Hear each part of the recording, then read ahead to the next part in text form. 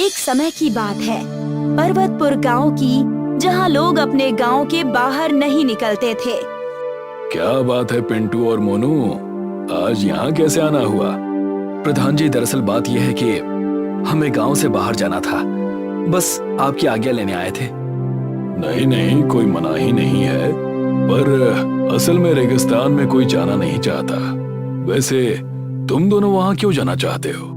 हमें तो लगा कि गांव से बाहर जाने पर प्रतिबंध लगा है। हम तो बस देखना चाहते थे कि ये गांव के बाहर का रेगिस्तान कैसा है, और सिर्फ हमारा गांव ही रेगिस्तान जैसा क्यों है। हाँ प्रधान जी, और गांव में पानी की वजह से इतनी दिक्कतें हैं, वर्षा होती ही नहीं, बस उस बड़ी झील की वजह से हम यहाँ बसे हुए हैं। हाँ तुम सही कह रहे हो, बस ये झील ही एकमात्र कारण है कि अब तक इस पर्वत पर पूरा गांव टिका है, वरना यहाँ भी एक रेगिस्तान होता। लेकिन दिक्कतें तो अब भी हैं प्रधान जी, ये झील कोई स्थायी उपाय नहीं है। हम सोच रहे थे कि बाहर जाकर देखें, शायद कुछ समझ में आए हमारे, और हम गांव की मदद कर पाएं। सोच तो बहुत बढ़िया है। ठीक है, तुम दोनों जाओ, पर अपना ध्यान रखना। प्रधान से आशीर्वाद लेकर दोनों वहाँ से निकल पड़े। धन्यवाद मोनू, अपने साथ लाने के लिए। मुझे भी इस गांव के लिए कुछ करना है, और तुमने मुझे भी प्रयास करने का एक मौका दिया। अरे इसमें मैंने कुछ नहीं किया, बस कुछ करने की चाह होनी चाहिए। फिर हमारा साथ ना भी होता तब भी तुम इस यात्रा पर निकल ही जाते। चलो अब हम चलते हैं पानी की तलाश में ऐसी जगह जहां हम गांव वालों को ले जा सके। तीनों रेगिस्तान में निकल पड़ते हैं और एक साथ कोई नई जगह ढूंढने लगते हैं। पूरा दिन ढूंढने के बाद उन लोगों को कुछ नहीं मिलता और रात हो जाती है। आज तो हाथ में बस ये रेत आई, कुछ ऐसा मिला ही नहीं जिससे गांव का भला हो सके। हाँ, क्या हमें यहाँ इस रेत में कुछ मिलेगा भी? आज का दिन बीता नहीं और तुम दोनों ने अभी से शिकायतें शुरू कर दी। पर जहाँ तक नजर जा रही है, बस रेत ही रेत दिखती है। अभी तो बस एक दिन हुआ है, हमें और समय देना होगा, तब जाकर कुछ हाथ लगेगा। अगर इतनी जल्दी कोई उपाय मिल जाता तो गांव में इतनी दिक्कत होती ही क्यों? हाँ सही कह रहे हो, वो सब छोड़ो, लेकिन रेगिस्तान में रात के समय काफी ठंड लगती है। लगता ही नहीं है कि ये वही दोपहर वाला रेगिस्तान है। हाँ सही कहते हो, तुम्हारी बात सुनकर मुझ में एक नया उत्साह आ गया है मोनू। अब चलो सो जाते हैं और कल फिर अपनी खोज को आगे बढ़ाएंगे। तीनों लोग टेंट में चले जाते हैं। अगला दिन होता है और तपती धूप में फिर सफर शुरू होता है। अरे गोलू, पानी रखा तो है? हाँ पानी तो है, तुमने अभी कुछ देर पहले ही पानी पिया था ना, अब थोड़ा सब्र करो। हाँ पिंटू, थोड़ा रुक जाओ। हाय गर्मी, इतनी धूप है मानो पसीना भी सूख लेगा। तीनों धूप में चल रहे थे, तभी पिंटू, जो कि बहुत ही थका हुआ था, अचानक बहुत ही जाओ, कोई भी ये पानी नहीं पिएगा। कौन बोला? मैंने बोला। इस झील और इन पेड़ों का मालिक नाम है जिन। अरे ये आवाज कहाँ से आ रही है? नीचे तो देखो। तीनों लोग नीचे की ओर नजर करते हैं और देखते हैं कि वहाँ एक जिन है, जो कि कद में बस उनके घुटने तक का ही है। कि समस्या का हल ढूंढने निकले थे। गांव के झील का पानी अब सूख गया है और हमें बड़ी दिक्कतें हो रही हैं। कृपा कीजिए और हमें इस झील का इस्तेमाल करने दीजिए। मन के साफ लगते हो, पर मैं ये झील तुम्हें नहीं दूंगा। तुम्हें अगर मेरी मदद चाहिए तो बदले में कुछ देना होगा। पर हमारे पास ऐसा कुछ है भी जो हम आपको दे सके? हाँ, तुम्हारी ही तरह एक और व्यक्ति आया था कई वर्षों पहले, और उसने मेरे सामने ये इच्छा जाहिर की थी कि उसके गांव में झील आ जाए। जी, वो गांव हमारा ही है। हाँ, और उस व्यक्ति ने अपना वादा पूरा नहीं किया, और वरदान के बदले जो मेहनत करने का वादा उसने किया था वो उसने नहीं निभाया, और झील पाकर मुझे भूल गया। अच्छा, तो अब हम क्या करें जिन जी? कुछ करो नहीं, उस व्यक्ति का वादा पूरा करो। तुम्हारे गांव की समस्या अपने आप ठीक हो जाएगी। पर उसने ऐसा क्या वादा किया था? वैसे मैं आपको पहले ही बता दूं कि हमारे गांव में वो सब तो ठीक है, पर परेशानी अब बहुत बढ़ जाएगी। आखिर हम रेगिस्तान को हरा भरा करेंगे कैसे? हाँ, और हमारे पास उन छोटू जिंजी के अलावा और कोई चारा भी तो नहीं है। वही हमारी मदद कर सकते हैं। लगता है सब व्यर्थ हो गया। हमारे पास तो इतना पानी भी नहीं है कि हम पूरे गांव की खेती पहले की तरह कर पाए। तीनों निराश होकर अपने घर की तरफ निकल जाते हैं। कई दिन बीत जाते हैं पर कोई मार्ग नहीं निकलता। ऐसे में एक दिन तीनों प्रधान के घर जाते हैं और प्रधान को वो सारी बातें बताते हैं। तुम तीनों ने बहुत अच्छा काम किया जो ये बात मुझे बताई। इसका मार्ग मेरे पास है। कैसा मार्ग प्रधान जी? दरअसल कई पुश्तों से बीज की कुछ बोरियां हैं जो कि उसे दी जाती है जो इस गांव का प्रधान बनता है। पिछले प्रधान ने मुझसे कहा था कि ये बोरियां मैं संभाल कर रखूं। ये बोरियां जादुई हैं और इनके इस्तेमाल से रेगिस्तान एक दिन हरा भरा हो जाएगा। क्या सच प्रधान जी? एकदम सच बेटा पिंटू। कहा जाता है कि जब ये गांव बसा था और ये झील हमें मिली थी, उसी समय इस बीज का इस्तेमाल करके इस रेगिस्तान को हरा भरा किया जाना था, पर गांव के लोगों ने उन्हें रोक दिया। वजह क्या थी ये तो मैं भी नहीं जानता। मोनू, ये जिंजी की बात तो सच निकली। चलो हम तीनों अभी इन बीजों को रेगिस्तान में बोना शुरू करते हैं। रुको, अगर इन्हें बोने से गांव का कुछ भला होगा तो मैं अन्य गांव वालों से भी तुम्हारी मदद करने के लिए कहता हूँ। अगर हमने कुछ दूर तक इन पेड़ों को बो दिया तो आगे का रेगिस्तान भी हरा भरा होने लगेगा। प्रधान तीनों को एक बोरी बीज दे देते हैं। चलो अब इन्हें बोते हैं और रेगिस्तान को हरा भरा करते हैं ताकि जिंजी हमारी मदद करें। गांव वालों की मदद से तीनों रेगिस्तान में बीज को दूर दूर बोना चालू कर देते हैं। उन्होंने उन सारी बोरियों के बीजों को अब काफी दूर दूर तक बो दिया था। लेकिन कई हफ्तों के बीतने के बाद भी वहाँ पर कोई पौधा नहीं उगा। ये देखकर तीनों दोस्त, प्रधान और गांव के लोग उसी झील के पास गए जहाँ पर वो जिन्न था। अरे मोनू, कहाँ है ये जिंजी? दिखाई तो नहीं दे रहे। मैं यही हूँ। कहाँ? नीचे देखो, नीचे। अरे ये तो सचमुच छोटू जिन है, बिल्कुल वैसे। और इस गांव में क्या हुआ है वो भी। अच्छा, ऐसा क्या समझ गए तुम? हमें भी बताओ। हमारे गांव की झील जिंजी ने ही हमें प्रदान की थी और जिस व्यक्ति ने उनसे ये झील पाई उन्होंने इस रेगिस्तान को हरा भरा करने का वादा किया था।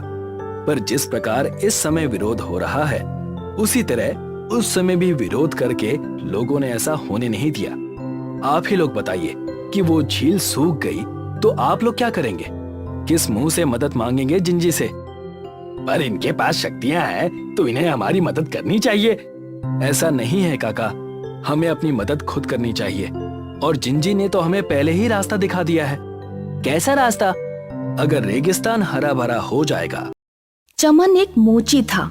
वो सड़क के किनारे जूते चप्पल जोड़ने और जूते पॉलिश करने का काम करता था। अगर किसी बहन जी की चप्पल टूट गई तो चमन मोची के पास आइए, मात्र 20 रुपए में चप्पल ठीक कराइए।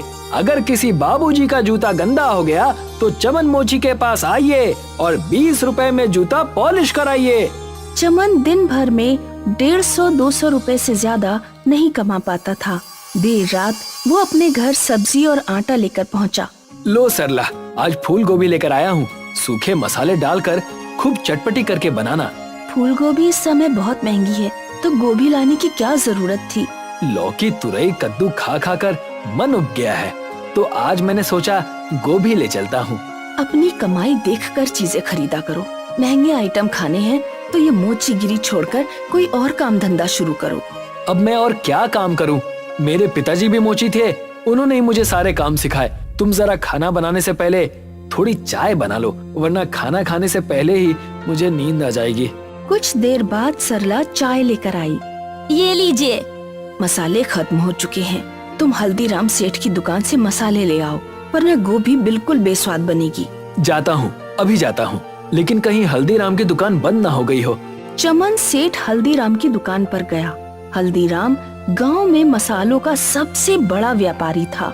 जब चमन हल्दीराम की दुकान पर पहुंचा, तो हल्दीराम उस समय दुकान का शटर गिरा रहा था। सेठ जी रुक जाइए, मुझे 50 ग्राम धनिया, 50 ग्राम कश्मीरी लाल मिर्च, 50 ग्राम सब्जी मसाला और 50 ग्राम हल्दी दे दीजिए। अब मैं तुम्हारे 50-50 ग्राम मसालों के लिए फिर से दुकान खोलूं? टाइम पर क्यों नहीं आते? माफ कीजिए सेठ जी, आज काम से लौटते वक्त जरा देर हो गई। मेरी घरवाली में भी बुद्धि जरा कम है।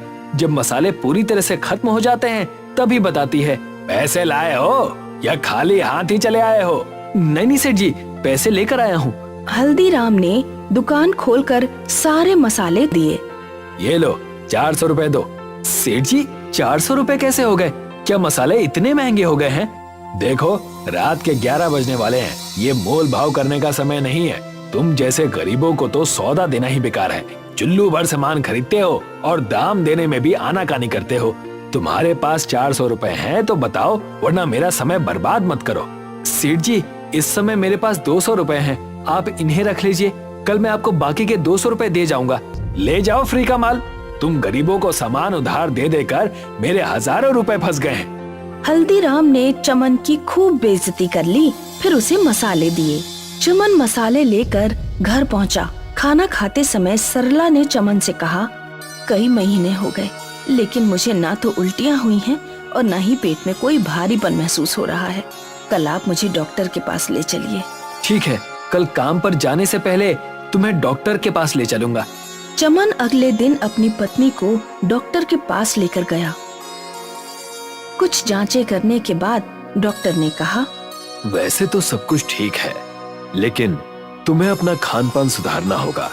अनार, सेब, मछली, अंडा, दूध, दही, ये सब अपने खान पान में शामिल करो।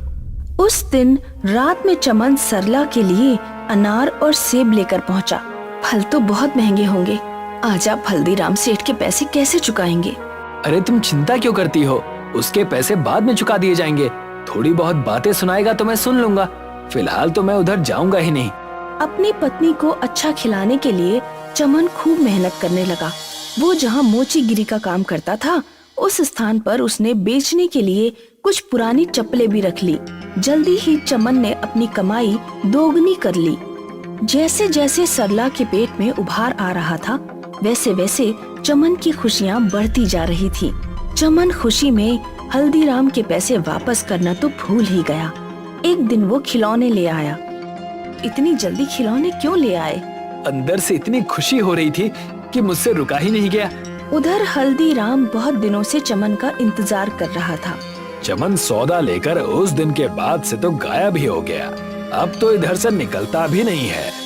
मालिक, चमन की घरवाली पेट से है, इसीलिए चमन इस समय उसी की सेहत बनाने में लगा है। आपके कर्ज की उसे कोई चिंता नहीं है। हल्दीराम की भी पिता बनने की बहुत इच्छा थी, लेकिन उसकी शादी के कई सालों बाद भी उसकी पत्नी का गर्भ धारण नहीं हुआ था। हल्दीराम को चमन से जलन महसूस हुई। 200 का सूद बढ़ते बढ़ते 5000 पहुंच गया है। अब मैं चमन से पूरे 5000 वसूल करूंगा। रात में दुकान खुलवाकर सामान लेकर गया और अब पैसे देने का होश नहीं। कल पता लगेगा उस 2 कौड़ी के मोची को। अगले दिन हल्दीराम ने अपने आदमियों को चमन के पास भेजा। चमन रोड पर उस समय अपनी दुकान लगाकर ही बैठा था। तुमने सेठ हल्दीराम के पैसे नहीं लौटाए, इसलिए हम तुम्हारा सारा सामान जब्त करने आए हैं। मात्र 200 रुपए के लिए तुम मेरा सारा सामान जब्त कर लोगे? 200 नहीं 5000। सेठ जी के कर्ज पर चक्रवृद्धि ब्याज लगता है, उसका हिसाब तुम्हें समझ में नहीं आएगा, लेकिन बस इतना जान लो कि तुम्हारा कर्ज 5000 हो गया है। भाइयों, इसका सारा सामान उठा लो। मेरे ऊपर दया करो, इस सामान से मेरी रोजी रोटी चलती है। मैं सेठ जी का कर्ज चुका दूंगा, लेकिन इस समय मेरा सामान छोड़ दो। मैं तुम्हारे सामने हाथ पैर जोड़ता हूँ। ये सब ड्रामा ना हमारे सामने नहीं चलेगा। हल्दीराम के आदमियों ने चमन का सारा सामान बटोर लिया और ले गए। चमन रोता हुआ उनके पीछे पीछे हल्दीराम के पास पहुंचा। सेठ जी, मेरी पत्नी गर्भवती है, इस समय मुझे पैसों की बहुत जरूरत है। मेरे ऊपर दया कीजिए, मेरा सारा सामान लौटा दीजिए। 5000 चुका दो, फिर अपना सामान ले जाना। मेरे सामने रोने धोने का कोई फायदा नहीं, मुझे सिर्फ पैसों से मतलब है। चमन उदास होकर घर पहुंचा। क्या हुआ? आज आप इतनी जल्दी कैसे घर आ गए? हल्दीराम सेठ ने मेरा सारा सामान छीनकर अपने पास रख लिया। कहता है 5,000 का कर्ज चुकाओ, फिर सामान वापस मिलेगा। उस हल्दीराम की हिम्मत इतनी बढ़ गई, तुम अभी पुलिस के पास जाओ। पुलिस के पास जाने का कोई फायदा नहीं। हल्दीराम की बहुत जान पहचान है। मेरे जैसे गरीब की पुलिस नहीं सुनने वाली। तो आप क्या हाथ पे हाथ धरे बैठे रहेंगे, कुछ नहीं करेंगे? बहुत कुछ करूंगा। तुम कहती थी ना कि मोचीगिरी का काम छोड़ दो। हल्दीराम की वजह से ही सही ये काम अब छूट गया। अब मैं जूते चप्पलों की दुकान खोलूंगा। लेकिन उसके लिए पैसे कहाँ से आएंगे? मकान गिरवी रखकर। चमन ने अपना मकान गांव के प्रधान के पास गिरवी रख दिया और 2 लाख का इन्वेस्टमेंट करके जूते चप्पलों की शानदार दुकान खोली। चमन मजबूत टिकाऊ जूते चप्पल उचित दामों पर बेचता था, इसीलिए उसकी दुकान चल निकली। कुछ महीनों बाद एक दिन चमन हल्दीराम सेठ के पास पहुंचा। सेठ, मैं तुम्हारे रुपए चुकाने आया हूँ। हालांकि अब मुझे मोचीगिरी के सामान की कोई जरूरत नहीं है, लेकिन वो सामान मेरे पिताजी की निशानी है, इसलिए वो मुझे वापस चाहिए। चक्रवर्ती ब्याज से तुम्हारा कर्ज अब 20,000 हो गया है। इतना कर्ज चुका पाओगे? चमन ने नोटों की गड्डी हल्दीराम की तरफ फेंकी। 25,000 हैं, रख लो। जरूरत पड़ने पर तुम्हारे काम आएंगे। चमन मोचीगिरी का अपना सारा सामान ले गया। हल्दीराम को पहली बार अपना अपमान महसूस हुआ। मेरा इतना अपमान! कल का ये मोची आज मेरे सामने रुपए फेंक कर गया है। प्रधान जी के पास घर गिरवी रखकर इसने अपनी दुकान शुरू की है ना, मुझे सब पता है। इसकी वो हालत करूंगा कि ना ये घर का रहेगा ना घाट का। एक दिन हल्दीराम प्रधान के पास गया। जय राम जी की प्रधान जी। राम राम हल्दीराम, आज इधर दर्शन कैसे दे दिए?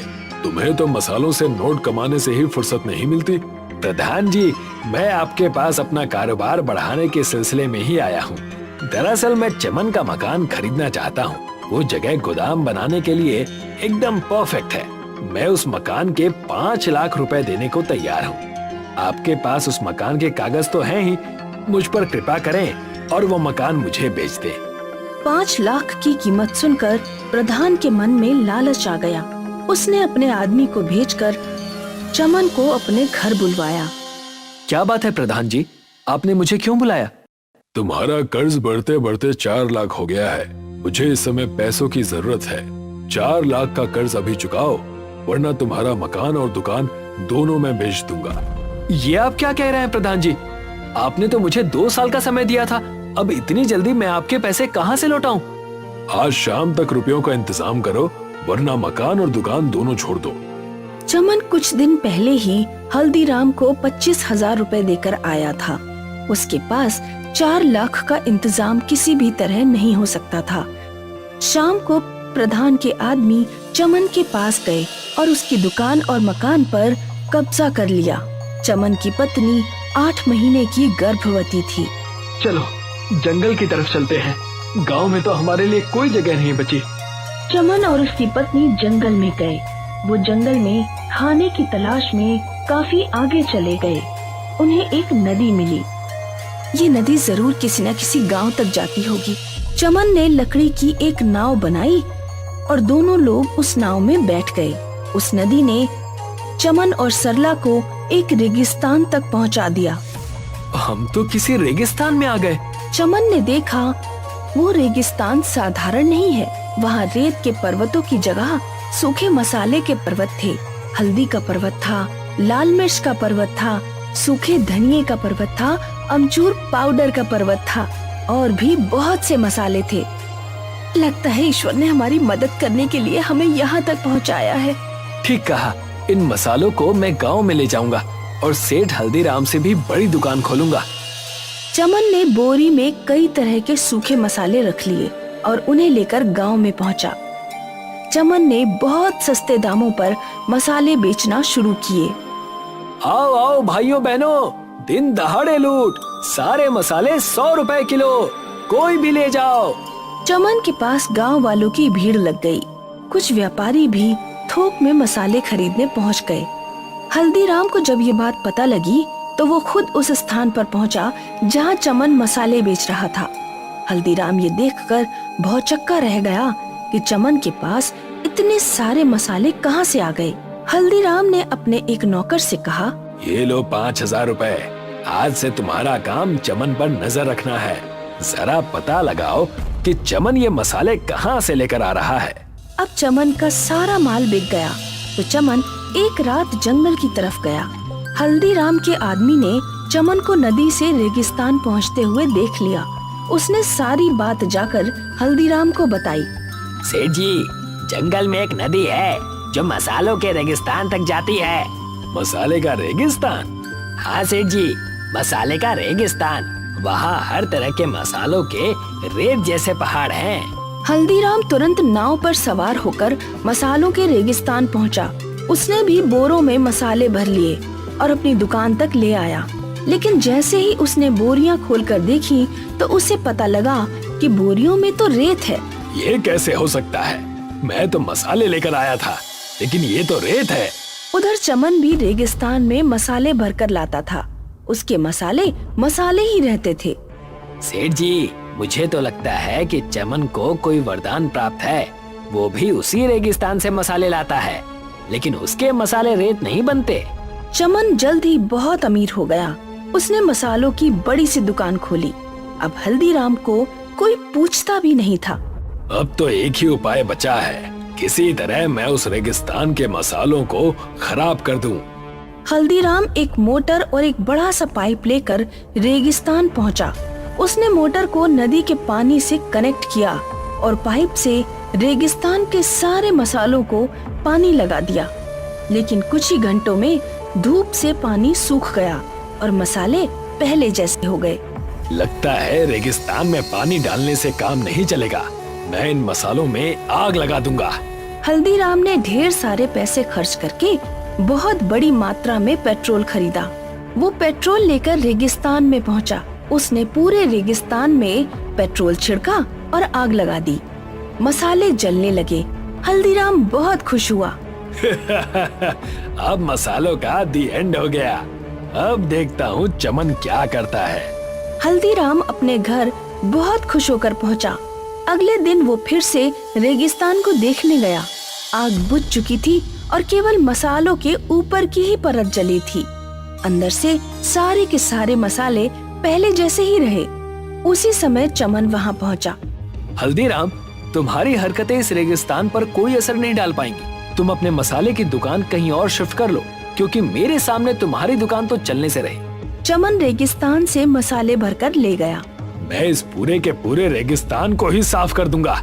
हल्दीराम एक बहुत बड़ी नाव लेकर, जो बिल्कुल जहाज की तरह थी, रेगिस्तान में पहुंचा। उसने रेगिस्तान का सारा रेत अपने जहाज पर भर लिया और उसे लेकर गांव की तरफ लौटने लगा। जहाज पर रेत का पूरा पहाड़ हो गया था। बीच नदी में जहाज डूबने लगा। हल्दीराम भी जहाज के साथ डूबने लगा। अरे कोई बचाओ मुझे तैरना नहीं आता। उसी समय चमन वहाँ पहुँच गया और उसने हल्दीराम की जान बचाई। मुझे माफ कर दो चमन, तुम्हारा धंधा बिगाड़ने के चक्कर में आज मैं अपनी जान ही गवा देता। तुम्हारा मसाले का रेगिस्तान तुम्हें ही मुबारक हो। मैं अपना काम धंधा अब कहीं और ले जाऊंगा। चमन के घर जुड़वा बेटे और बेटी का जन्म हुआ। उसने बहुत बड़े जश्न का आयोजन किया और खुशी से अपनी जिंदगी बिताने लगा। एक घने जंगल के पास एक गांव था, सोनपुर। सोनपुर में महेश और उसकी पत्नी जया रहा करते थे। अरे महेश, कभी लौटा रहे हो मेरा कर्ज? जल्दी ही सेठ जी। जैसे ही पैसे इकट्ठे होते हैं तो सीधा आपके पास आऊंगा। ठीक है, मैं इंतजार करूंगा। महेश की पत्नी को सेठ से बहुत परेशानी थी। अरे ए जी, अब और कितना ब्याज देंगे इस सेठ को? जितना कर्ज इससे लिया था उसका तो दुगना दे चुके हैं हम। पता नहीं, ये सब मेरे पल्ले नहीं पड़ता। मुझे तो बस इतना ही पता है कि अगर हमें इस घर में रहना है तो हमें सेठ जी को पैसे देने ही होंगे। ठीक है। एक बार की बात है, महेश ने जंगल में एक बड़े पेड़ का सौदा किया। उससे काफी अच्छे पैसे मिले। जब वो घर लौटा, अभी जाकर ये पैसे सेठ जी को दे आता हूँ। अरे सब पैसे उनको देने की क्या जरूरत है? आधे हम रख लेते हैं। पर क्यों? क्यों क्या? मेरे बदन पर एक भी जेवर नहीं है। कम से कम इन पैसों से मेरे लिए बाल ही खरीद लो। पर अगर सेठ जी को पता चला तो वो गुस्सा करेंगे। उन्हें कौन बताएगा? ठीक है, मैं बाली खरीद कर लाता हूँ। महेश ने एक सोने की बाली खरीद ली और बचे हुए पैसे लेकर वो सेठ के पास गया। अरे वाह वाह, आज तो तेरी कमाई अच्छी हुई है। हाँ सेठ जी। तू ऐसे ही ईमानदारी से पैसे लाके देगा तो जल्द ही तेरा घर तेरा हो जाएगा। और कितने पैसे देने हैं सेठ जी? बस 20,000 और। ठीक है, आशा है जल्दी ही दे दूंगा। महेश यहाँ से अपने घर गया। मेरी बाली लाए क्या? हाँ ये लो, पर मुझे लगता है मुझे सेठ जी को पैसे दे देने चाहिए थे। वो क्यों? बस 20,000 ही तो बचे हैं। ये बाली नहीं लाता तो 10,000 ही बचते। कोई नहीं, अगली बार कमाओगे तो दे देना। फिलहाल मैं ये बाली पहन रही हूँ। बाली पहनकर जया बहुत खुश थी। वो अपनी सोने की बाली दिखाने अपनी पड़ोसन के पास गई। अरे शीला, ये देख, मेरे पति मेरे लिए सोने की बाली लाए हैं। ये तो बहुत अच्छी है दीदी, है ना? जया ने गांव की हर औरत को अपनी बालियां दिखाई। और रात को जब जया सो रही थी तो एक चोर ने जया की बालियां चुराई और 9-2-11 हो गया। अगली सुबह, हे राम, मेरी बालियां! हे भगवान, मेरी बालियां चोरी हो गई। तूने किसे अपनी बालियां दिखाई थी? किसी को नहीं, बस शीला को, बिमला को, प्रभा को। पूरे गांव भर में तो ढिंडोरा पीट दिया और बोलती है कि किसी को नहीं दिखाई। तुम्हारा तो दिमाग ही घुटने में है। इससे तो अच्छा था कि मैं ये पैसे सेठ जी को दे देता। बेवकूफ औरत।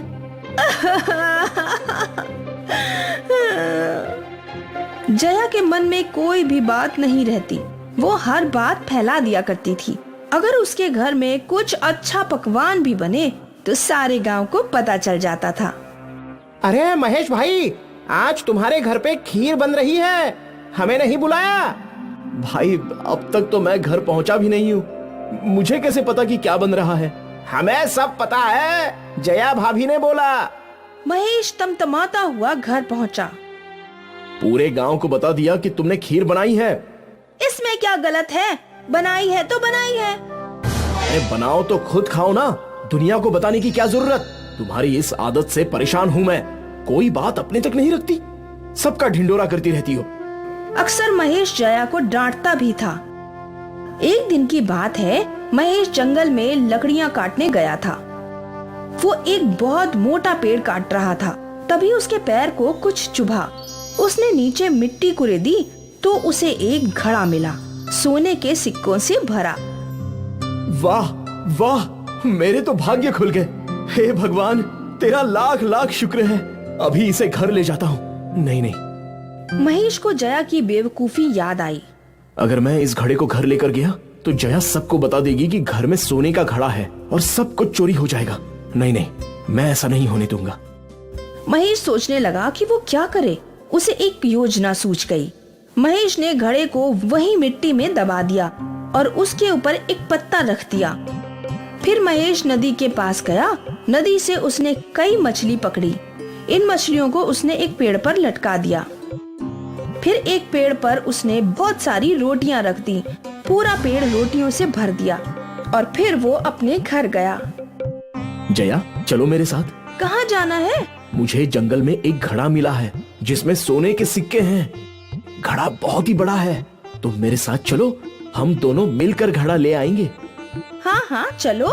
सोने के सिक्कों का घड़ा, वाह वाह। जया और महेश दोनों जंगल पहुँचे। जंगल पहुँचते ही जया का ध्यान उस पेड़ पर गया। हे राम, रोटियों का पेड़! हाँ, कल तो इस पेड़ से रोटियों की बारिश हो रही थी। ये कोई आम जंगल नहीं है, बल्कि जादुई जंगल है। थोड़ी दूर चलने के बाद जया ने वो पेड़ देखा जिसपे मछलियाँ लटक रही थीं। मछलियाँ उगाने वाला पेड़? हाँ, इसे छोड़ो, आगे चलते हैं। कुछ दूर चलने के बाद महेश उसी जगह पहुंचा जहां वो सोने के सिक्कों का घड़ा था। उसने पत्ते हटाए। हे भगवान, आपने बिल्कुल सही कहा था। हाँ, पर अब ये बात तुम किसी को मत बताना। मैं पागल थोड़ी हूँ जो ये किसी को बताऊं। हाँ, वो तो मैं जानता हूँ। क्या मतलब? कुछ नहीं, चलो घर चलते हैं। दोनों घर लौटे। जया, जाकर कुएं से थोड़ा ठंडा पानी ले आओ। हाँ हाँ, क्यों नहीं। जया घड़ा लेकर घर से बाहर गई और महेश ने घर में गड्ढा खोदकर वो सोने के सिक्कों की हांडी छुपा दी। यहाँ कुएं पे जया को अपनी सहेली शीला मिली। क्या बात है, आज बहुत खुश हो। अब क्या बताऊं, हमारे तो भाग ही खुल गए। ऐसा क्या हो गया? हमें जंगल में सोने के सिक्कों से भरा घड़ा मिला है। क्या? तू किसी को बताना मत। हाँ, पर औरतों की बातें कभी रुकी हैं? शीला ने ये बात आग की तरह फैला दी। सेठ जी को भी ये बात पता चल गई और सेठ जी सारे गांव वालों के साथ महेश के घर के बाहर पहुँचे। अरे ओ महेश, ओ महेश, अरे बाहर आ। क्या हुआ सेठ जी? तुझे नहीं पता कि क्या हुआ? तुझे सोने के सिक्कों का घड़ा मिला है जो तू सारे गांव वालों से छुपा रहा है। सोने के सिक्कों का घड़ा? वो भी मुझे? ये आपसे किसने कह दिया? और कौन कहेगा? तेरी पत्नी ही सारे गांव वालों को बोलती फिर रही है। सेठ जी, मेरी पत्नी दिमाग से थोड़ी सी खिसकी हुई है। अगर झूठ लगे तो उसी से पूछिए कि वो कब जंगल गई और क्या क्या हुआ। ठीक है जया, बताओ जंगल में क्या क्या हुआ? हम लोग जंगल पहुँचे। साधारण जंगल नहीं, जादुई जंगल। वहाँ एक पेड़ पर रोटियां लटकी थी, अद्भुत था। फिर हम आगे बढ़े तो दूसरे पेड़ पर मछलियाँ लटकी थी और जब हम आगे बढ़े तो हमें वहाँ पर सोने के सिक्कों का घड़ा मिला जो हम घर ले आए। सुना सेठ जी, अगर यकीन नहीं होता तो मेरे घर की तलाशी ही ले लीजिए। भोला, जा जरा घर में देख कुछ है क्या। सेठ जी के आदमियों ने घर की तलाशी ली पर उन्हें कहीं भी सिक्कों का घड़ा नहीं मिला। अब तो आपको यकीन हो गया ना? मेरे पास कोई सोना नहीं है सेठ जी। अगर होता तो मैं आपका कर्ज नहीं चुकाता। वो तो है। सेठ जी के साथ सारे गांव वाले चले गए। उनके जाने के बाद महेश के चेहरे पर मुस्कान आई। अब आराम की जिंदगी जीऊंगा। कम से कम अब कोई जया की बातों पर यकीन तो नहीं करेगा और मेरा सोना सुरक्षित रहेगा। अरे सुनिए, ये सब असली में हुआ था ना? तो लोग मेरी बात क्यों नहीं मान रहे?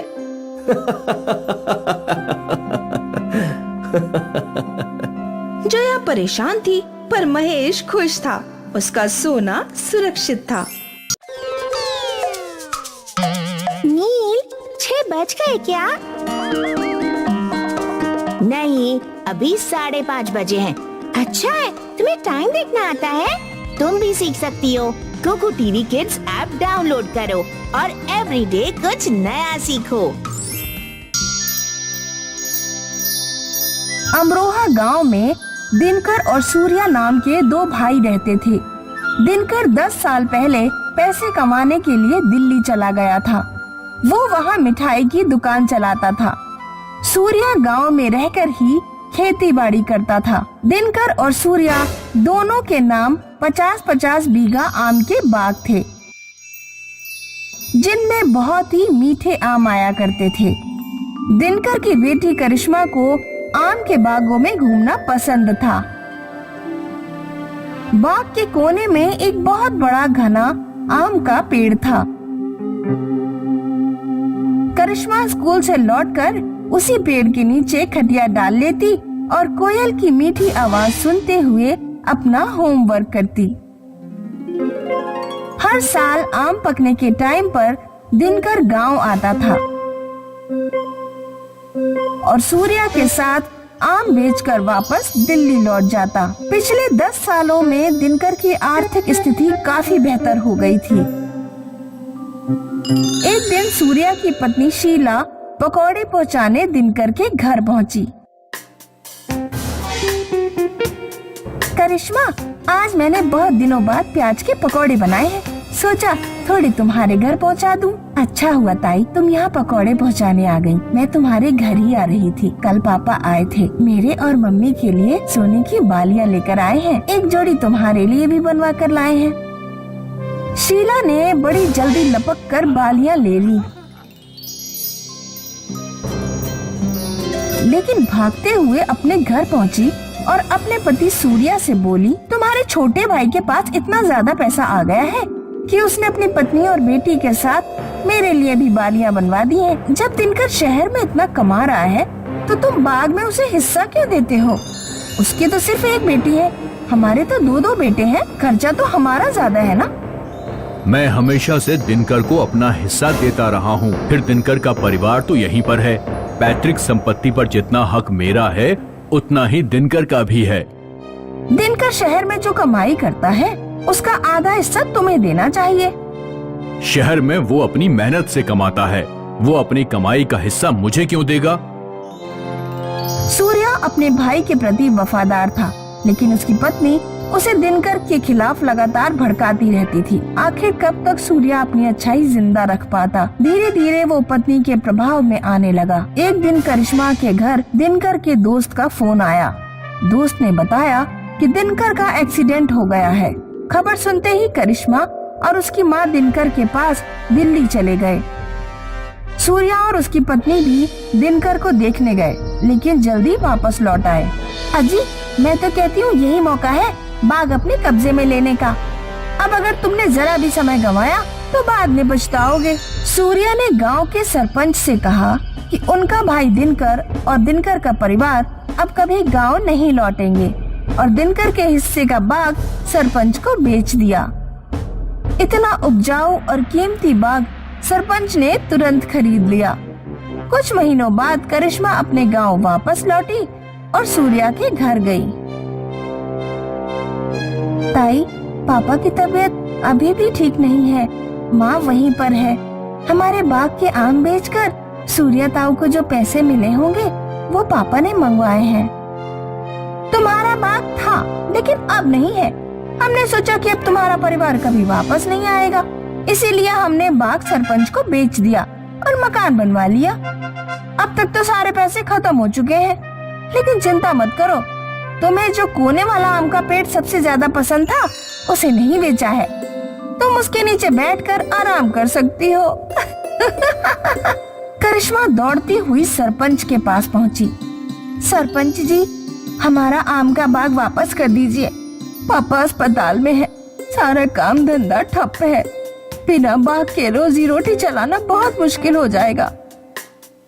मैं तुम्हारे ताऊ के पैसे दे चुका हूँ, जो भी बात करनी है जाकर उनसे करो। सरपंच ने करिश्मा को अपने घर से भगा दिया। करिश्मा बेचारी अपने बाग के पास गई और उसी कोने वाले आम के पेड़ के नीचे बैठकर रोने लगी, जहाँ पहले वो अक्सर बैठा करती थी। अब पापा का इलाज कैसे होगा? मेरी पढ़ाई कैसे होगी? अब हम सब क्या खाएंगे?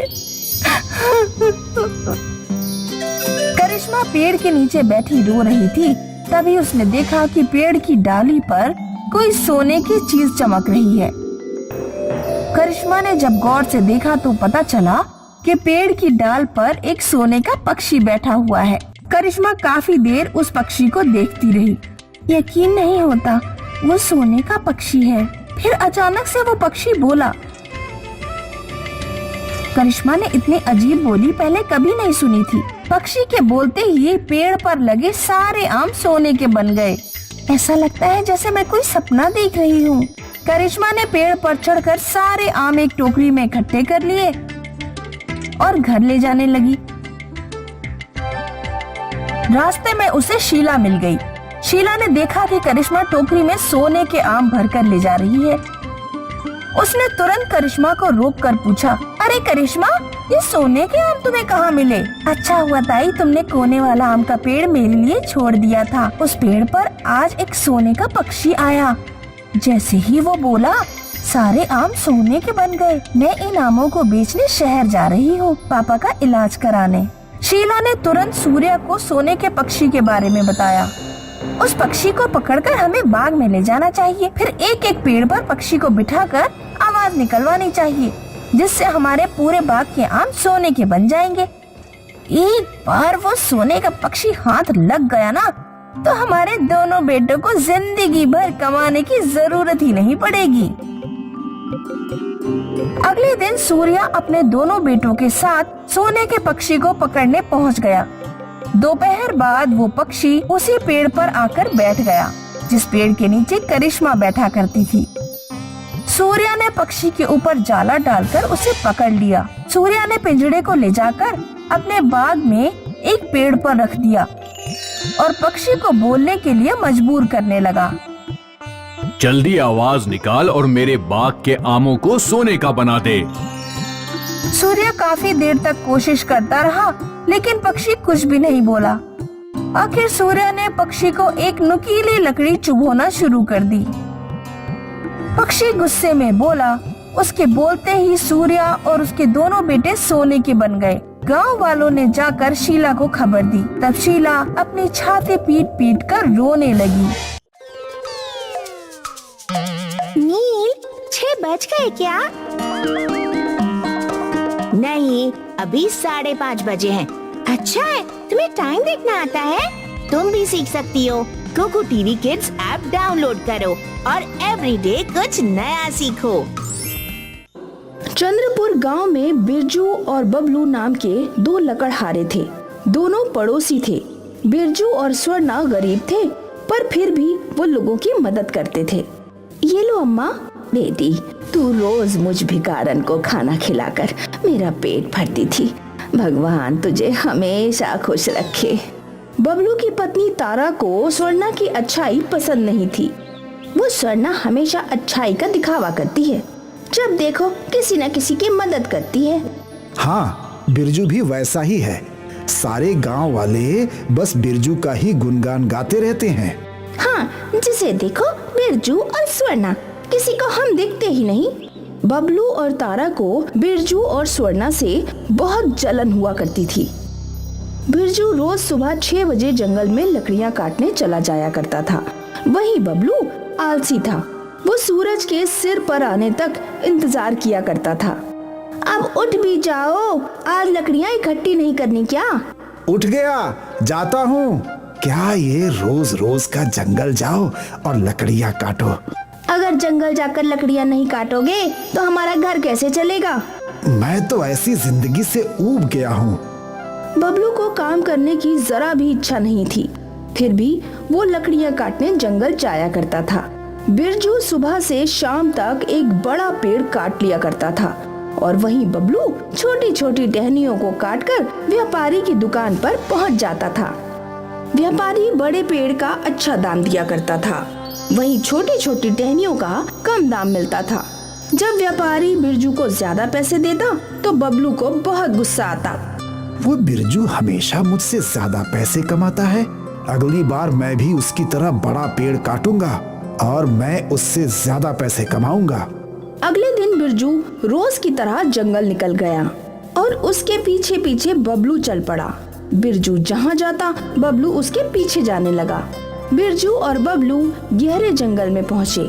यहाँ बिरजू की नजर एक बहुत ही बड़े पेड़ पर गई। इस पेड़ को काटकर बहुत मुनाफा होगा। आज इसे ही काटने की कोशिश करता हूँ। बबलू ने भी एक बड़ा पेड़ ढूंढ लिया और उसने काटना शुरू कर दिया। आज बिरजू से पहले पेड़ काटूंगा और ज्यादा मुनाफा भी कमाऊंगा। बिरजू ने पेड़ के सामने हाथ जोड़कर प्रार्थना की और फिर अपनी कुल्हाड़ी उठाई। पर जैसे ही बिरजू कुल्हाड़ी से पेड़ पर वार करने वाला था, वो पेड़ बोल पड़ा। रुक जाओ, मैं एक जादुई पेड़ हूँ। और बोलते ही पूरा पेड़ सोने का बन गया। सोने के पेड़ की रोशनी से बिरजू की आंखें चौंधिया गईं।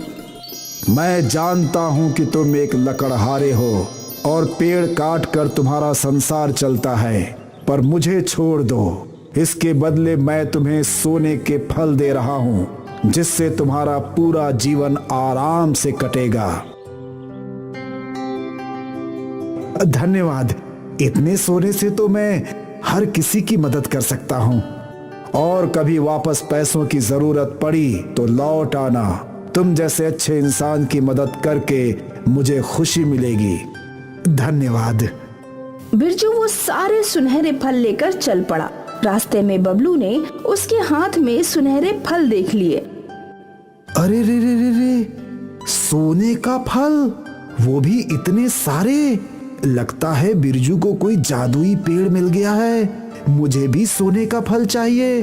मैं उस सोना देने वाले पेड़ को ढूंढ कर ही रहूंगा।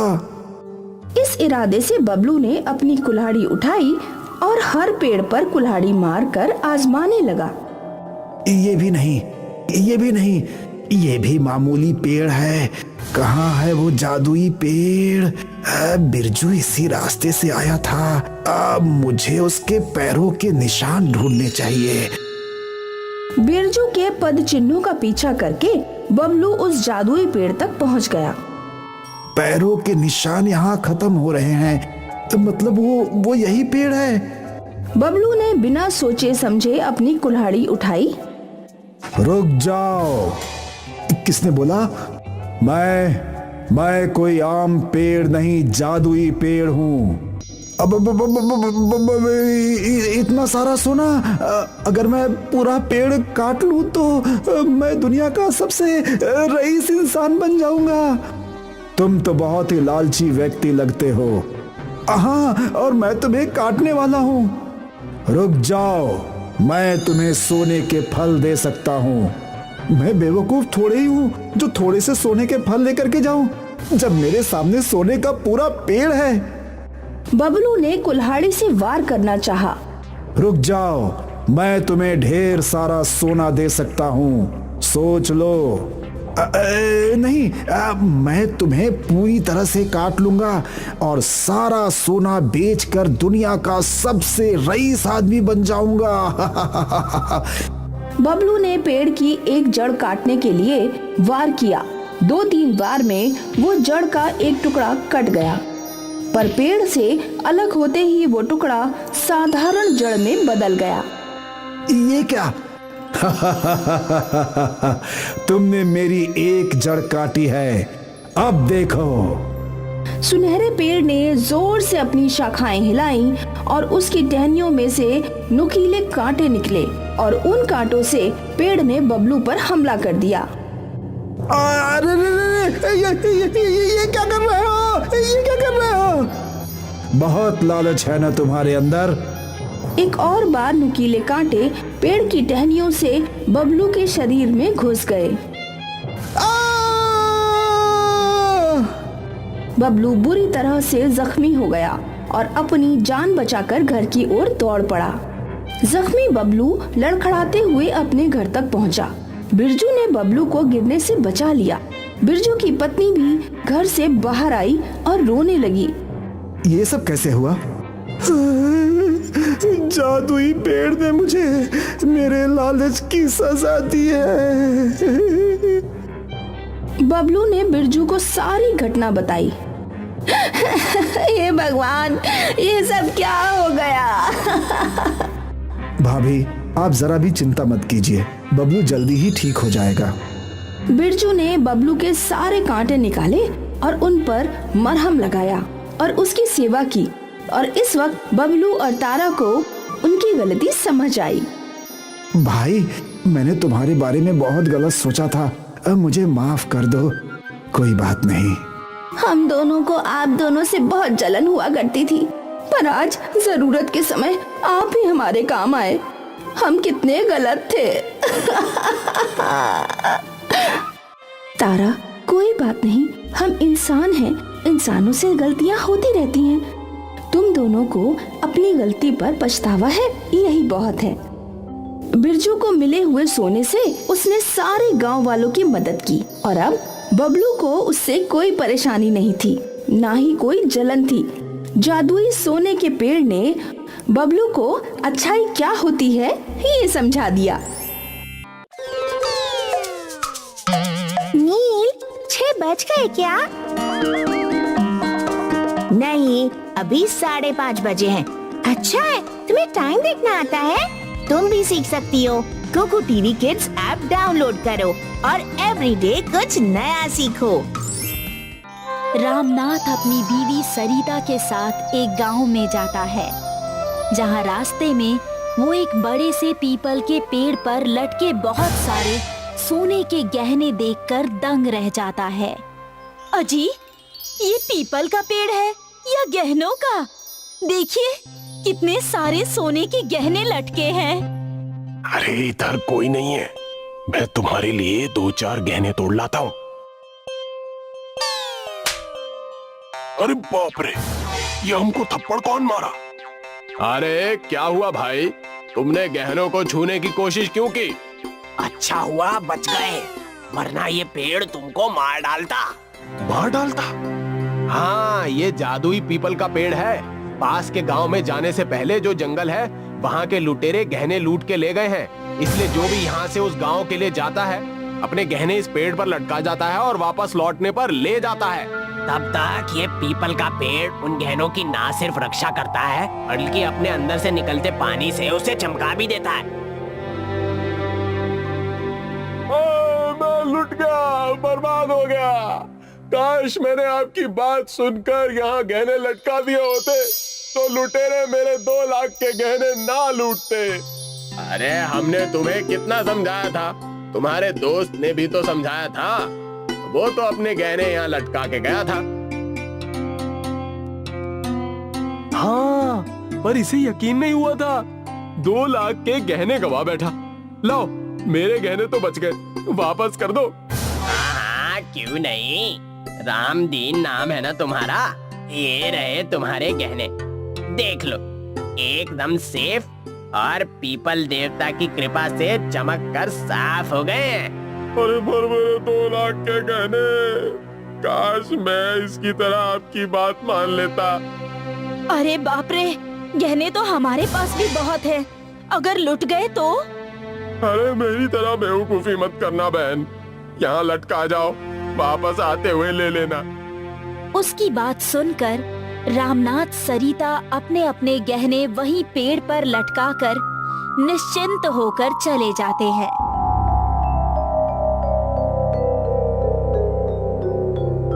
रात को वापस लौटकर वो अपने गहने मांगते हैं। रामा उनके गहने उठाकर देता है। अरे वाह, मेरे गहने तो सचमुच चमक गए, एकदम नए जैसे।